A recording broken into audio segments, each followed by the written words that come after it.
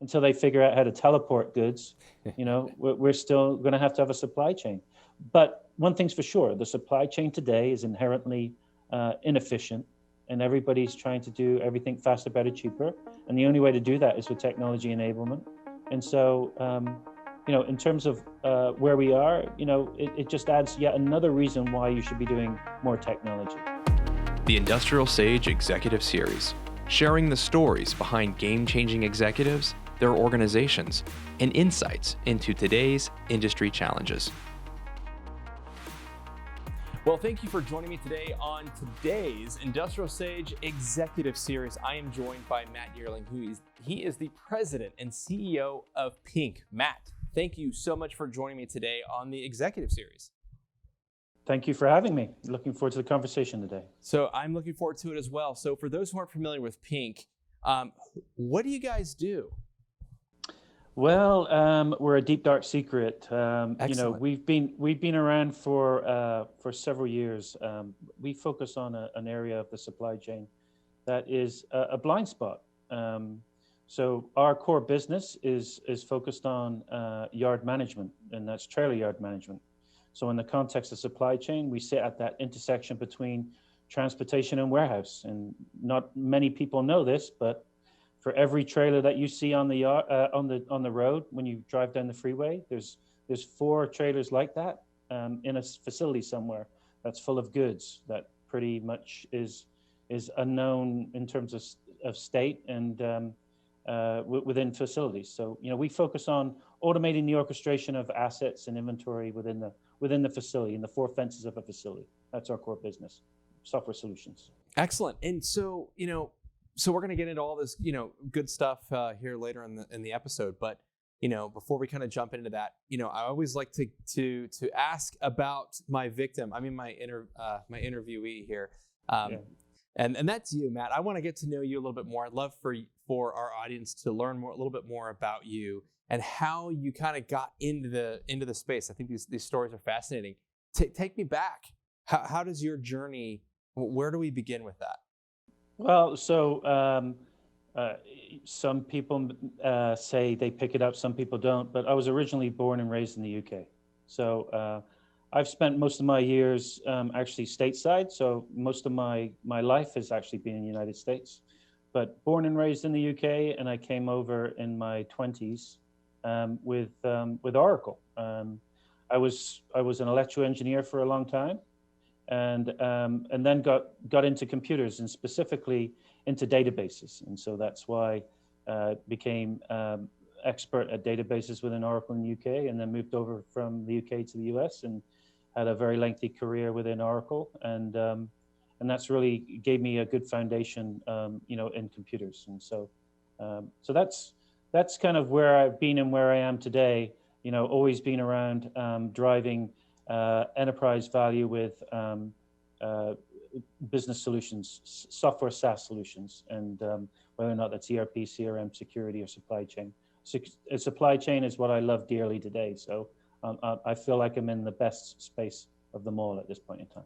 Yeah, it's an awesome space, and there's a lot going on right now. And it's super exciting. It's a lot of transformation taking place. That was happening before, but even more now. That's for certain. So, in your career path, in your journey, is there anyone or anything that stands out to you that really helped to kind of influence your career, your path or growth? Is there anything that jumps out to you? Well, so I think there's a combination of a few things. I think the core drive in terms of being who I am today, the person that I am today, I think was really driven by a near-death experience, in my teens. I almost got killed on a motorcycle, and that was an experience that basically waking up lying in a hotel bed. A hospital bed. Oh. For sure. Yeah, for sure a hospital bed. But looking at, okay, so where am I going to go from here? right? So it was a case of, okay, I need to do something with the rest of my life. And that was really, that put me on this path of being more thoughtful in terms of how I pursue my career. And it really was driven by, once again, you've got to have, be thoughtful around who you believe is your mentors, right? So, in the context of the business setting, there are very specific mentors which I aligned to over the years that really helped me go to the next level. And there were more than one, and some of them are clearly good friends as it stands today. So it's being thoughtful on who you're aligning to, how you can help your mentors achieve what they want to achieve, and you're getting to achieve what you need to achieve too. So there was a couple people in my life that I felt very aligned to, very loyal to, and they were definitely my mentors. Excellent. No, good. So I can only imagine having an experience like you mentioned, that kind of resets you a little bit and kind of shifts priorities a little bit, like you mentioned. Say, hey, you know what, need to focus on a few other things here, and let's do this. What do you still draw on that to today? Oh yes, absolutely. Yeah, no, it's always there. I mean, I think it's very humbling too, right? We are all delicate, people. I mean, we all have to live for the day, and you've got to. It's good to understand that you're here one minute, you may not be here the next minute, and what is the legacy that you want to leave behind, and what do you want to be known for, and really it's also how you choose to interact with other people. So in terms of being a leader, are you a bully, or are you humble, and are you collaborative in the way that you want to lead? So I think these are choices that are definitely formed by experiences over the years, and I think we've all gone through experiences which we've learned from, and including myself. I've never been perfect in terms of how I've led and managed, but where I am today, I feel very good about where I am, what space I'm at right now, and having a team around me that's aligned to the goals and objectives that we feel that we need to drive for the benefit of our customers, and that's really, it's having talented, motivated people driving to satisfying our customers will obviously drive value for all those that are participating in that as we go forward. So I think your experiences do impact your frame of a person over time. Yeah, absolutely. So let's jump ahead a little bit here. So with PINC, did you start it? Are you the original founder? I am not. I am a part of a subsequent chapter. The founder, has still been associated with the company, but I joined the company in 2013. Okay, excellent. So, kind of jumping forward a little bit on this, what changes have you seen?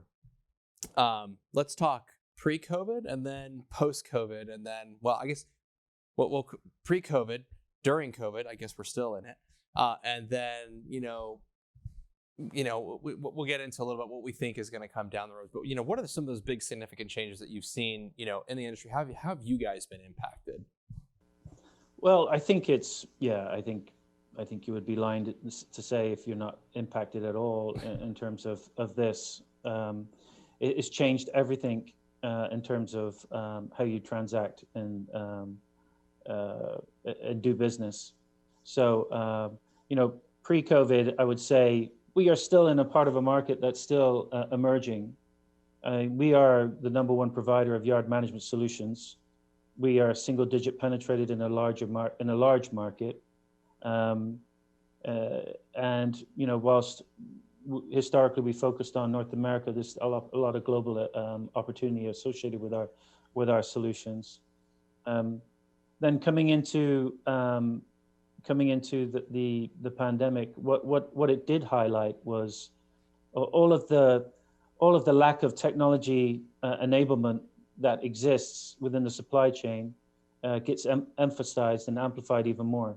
Everybody's wrestling with the similar issues, but it's amplified, many times more, and everybody's second guessing themselves in terms of how they're operating, and so, the nice thing is that when we look at servicing our customers, they need us, and it's a solution that helps, and it's a solution that actually solves some of this lack of technology enablement in the supply chain. It's just emphasized the need even more. So the level of interest is more. The problem is that to be able to implement and get customers live requires sometimes being there with the customer on site. So there's a lot of things that we can do remotely in terms of enablement and getting a customer operational, but there are some times when we do need to have that on-site implementation capability. But so I think the general consensus is that it slowed things down, although interest is rising at a faster rate. So it's an interesting dilemma between supply and demand right now. Yeah, absolutely. Yeah, lots of conversations, but on the other side, it's kind of like, well, yeah, from a fulfillment standpoint, that's difficult. How have you guys been able to manage? Is that like easing up now in terms of being able to get on customer, location sites, or is that still sort of a mixed bag? What does that look like? Well, so as you pointed out, we're not out of the pandemic. We're not going to be out of the pandemic for some time to come. So we are delivering cloud-based solutions, right? We're delivering a connected system and we're connected to our customers. We understand how the customers are transacting, and we understand the volume of goods in the network. So we could see changes in shipments, trailer shipments, real time. Yeah. We could see when things were going to go sour in the automotive space versus the grocery space, what was going on around the grocery during the pandemic when everybody was hoarding product and nobody was buying cars, right? So you could see, a lot of dynamics associated with that, and what we see now is that we see volume levels the same or higher than pre-pandemic levels. So we see across all industry verticals good volume, okay? But we are still somewhat fearful of what the pandemic might bring in the coming months. Do we double dip? Do we shut down again? That's a big backdrop that is an unknown for everybody. But you got to be prepared for that. So we've got we obviously are getting prepared. We are prepared for that. But what we are seeing is that especially in the food supply chain, we are seeing customers that are still impacted by breakouts in regions within the facilities, and that's causing a little bit of impact in terms of how they deal with that, as well as how do they deal with change and implementation of systems and things like that. So it is tactically impacting the rollout of technology, and things are moving to the right by weeks and months. Yeah, absolutely. So as far as like trends that you're seeing in the industry, what do you think? I mean, we've talked to a lot of different people. I've heard a couple different answers. Certainly, like e-commerce, and you're talking, especially grocery, retail. Significant changes happening there. What have you seen, and what do you think we're going to continue to see in terms of some trends? So we're going to see a continued acceleration of online sales, right? So that's going to drive. We've seen some of our customers pivot in the way that they're distributing based on the shift in demand from their traditional brick and mortar stores to online presence. So we're seeing that, and they're reconfiguring their network on the fly to make that happen. So I think to what I was saying earlier, that the pandemic has actually accelerated some of the decisions, it's highlighted some of the deficiencies, so it's accelerated the search for solutions to be able to address some of the problems. And it is accelerating. It's accelerating the move to online. There's absolutely no doubt that it's shifting that. And the supply chain network, to be able to support that is going to look different. So so a lot more focus on distribution and less focus on the stores.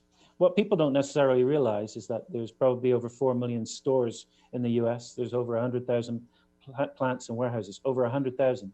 And every day, I think you see maybe, Amazon opening another fulfillment center, right? So this is the new norm. You'll probably see less stores being built, more fulfillment centers being built. Even those in shopping malls getting repurposed for micro fulfillment as well.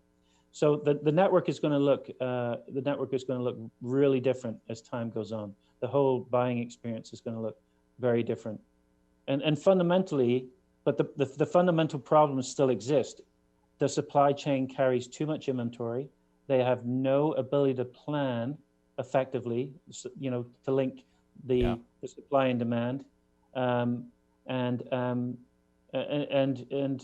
inventory is stored everywhere. And for us, it's for selfish reasons. It's actually pretty good because a lot of that inventory is actually in trailers in the facilities, and people lose track of that. They don't know where stuff is. I mean, that's part of one of the value propositions that we focus on. But a lot of people are carrying too much inventory. That's true, and people want to extract more value from their investment in supply chain, right? So supply chain is a huge expense for any customer. It's depending on which industry numbers you're looking at, somewhere between 8 and 10% of GDP, $1.5 to $2 trillion. The vast majority of that spend is transportation, and transportation is only moving 10 to 15% of inventory at any point in time. Most of the inventory is actually in a warehouse or in the yard or in a store, and and that's where people don't necessarily understand that where all their inventory is and how do they get it to the consumer and get that fulfilled as quickly as possible. So we are all programmed to have instant gratification. We know what we want. We need it now. We don't care if we're in a pandemic. We don't care what's going on, whether it's a holiday or anything like that. We just need it now, and everybody needs to react. And the nice thing is that all of these large companies, whether or not you're shippers or 3PLs or whatever the case may be, they still they still lack a lot of technology enablement. They lack sophistication in how they address certain aspects of the supply chain. And for companies like ourselves that are enabling that from a software perspective, the future is bright in terms of how to make that more efficient as time goes on. Yeah, absolutely. I mean, great opportunities, and I can only imagine that. When you were mentioning some of the volume with the movement of shipments that were happening, massive movements, huge spikes, and was it March or so? I mean, and then you kind of dropped a little bit, but you mentioned it's kind of picking up there. You can only imagine that having strong yard management tools like I'm assuming like you guys provide is critical just in terms of being able to coordinate the logistics of all of the movement of everything that was happening. And now it's like spotlighting. I mean, obviously all the entire supply chain, the entire spectrum from, raw goods, sourcing to the last mile, delivery has all been spotlighted. It's saying, oh my gosh, we didn't realize. And I think a lot of people, to be honest with you, not in this space, but consumers in general. And it's funny when you have family members that you talk to, people do not realize how fragile the supply chain is. Yeah. And it's incredibly intricate just to understand how, this cup, like all the resources and the moving pieces that it takes to not just manufacture this, but also get this to here, Yeah. And so, anyways, I kind of geek out on it. I think it's incredibly, I think it's amazing, to be honest. Yeah. on how that all works. But having this kind of technology you're talking about to help to optimize and streamline this is critical. Yeah. Well, I mean, at the beginning of the conversation, I said to you, I've done many different SaaS-based solutions, ERP, CRM, and the like. But supply chain is, to me, it's more tangible, right? So when you look at supply chain and you understand what's going on, you're helping orchestrate and move that product more efficiently than how it's done in the past, and that's really quite compelling, right? So you can see that in the context of, for example, I always like to buy my customers. I'm wearing clothes that are my customers. I'm Smart move. Yeah. I'm driving a car that's one of my customers, and so I always like to buy from my customers. But I've also been to the manufacturing plants as well. So I see how we help, and in the context of yard, it means different things for different industries. So for automotive, that's all about how do you minimize the disruption to the manufacturing line, and make sure you automate the goods from the yard to the dock door at the right time to get that product on the manufacturing line.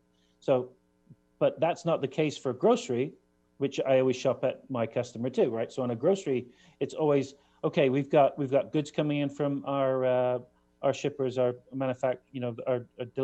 our customers bringing supplies into our distribution centers, and then we're orchestrating waves of deliveries to our stores, and that's the way that they do that is very different than how yards are managed in automotive. So every different vertical has a different use case, and when you how you make mayonnaise is very different than how you make clothes and distribute clothes, right? Mm-hmm. So it's very tangible and very real. And to your point, that's why I'm very passionate about the supply chain, because it is very real, and it's also resilient too, right? So we're not Airbnb, or we're not those that are getting impacted by the pandemic, right? We're not a hotel chain, right? It's like, okay, so how do we pivot from this curveball that we've just been given? People need to eat, people need to consume. We're a consumer society, and that's going to continue. The mix of what we consume is going to shift and change, but you still need to have until they figure out how to teleport goods. We're still going to have a supply chain. But one thing's for sure: the supply chain today is inherently inefficient, and everybody's trying to do everything faster, better, cheaper. And the only way to do that is with technology enablement. And so, in terms of where we are, it just adds yet another reason why you should be doing more technology. Yeah. Right? Yeah. And making everything more efficient. So that's why I say the pandemic is a double-edged sword. It's bad in terms of moving actual implementations to the right a little bit. It's good because it's actually created more interest in solutions that will help with problems that are now bigger problems than they were before the pandemic. Yeah, absolutely. Yeah. So, Matt, we could probably have another 3-hour discussion about this because I think it's super exciting, and there's so many intricacies and all that. But unfortunately, I don't have another 3 hours. But for those who would love to learn more about PINC, what's your website so that people can go check you guys out? Yeah, PINC.com, PINC.com. You can come to us. You can email me at Matt, M-A-T-T, at PINC.com as well. Be happy to receive any email from anybody that cares to want to know more about what we do and who we do it for. We do it for the largest companies in the world. So you're in good hands with us for sure. Well, so yeah. So for those who would like to learn more, go to the website. You guys can check them out. Matt, thank you so much for spending some time with us today on the IndustrialSage Executive Series. I really enjoyed it. I feel like I learned a lot, and I really enjoyed hearing your story. Well, thank you. Thank you so much. All right. Thanks. Well, there you go. We're wrapping up another Industrial Sage Executive Series interview. I really enjoyed this one. Talking, a big talk about digital transformation and technology. A very, very similar story that we keep hearing about e-commerce and online, and really, people want things better, faster, cheaper. How are we going to solve that problem? And it's got to be technology driven. A lot of change has to happen, and technology is really going to be leading that in there. So, anyways, go. Check out PINC.com. You check out their solutions, and I think you'll like what you'll see there. So that's all I got for you today. I want to encourage you, if you are not on our email list, go to IndustrialSage.com and subscribe, because you're missing out. You're missing out on news. You're missing out on other executive series interviews and episodes that we're doing. And we have other shows that are releasing out soon, so you don't want to miss out. So you can learn from your peers. You can learn from other organizations that are going through things that are similar to what you might be going through. And so we can be better together. Not to use that cliche phrase, but I'm going to use it. So anyways, thanks for watching. I'm Danny Gonzalez, and I'll be back next week with another episode on Industrial Sage. Industrial Sage is an open platform where companies can showcase their expertise and solutions to a captive audience of industrial professionals. Thank you for listening to this week's episode. You can subscribe wherever you get your podcasts, and while you're there, please leave us a review. Want us to tell your story? Go to IndustrialSage.com. This week's episode was produced by Rika Wiersma, filming by Donovan Jones, editing by Rika Wiersma, music composed by Oliver Michael, and executive producers Danny Gonzalez and David Karen. This is the Industrial Sage Executive Series.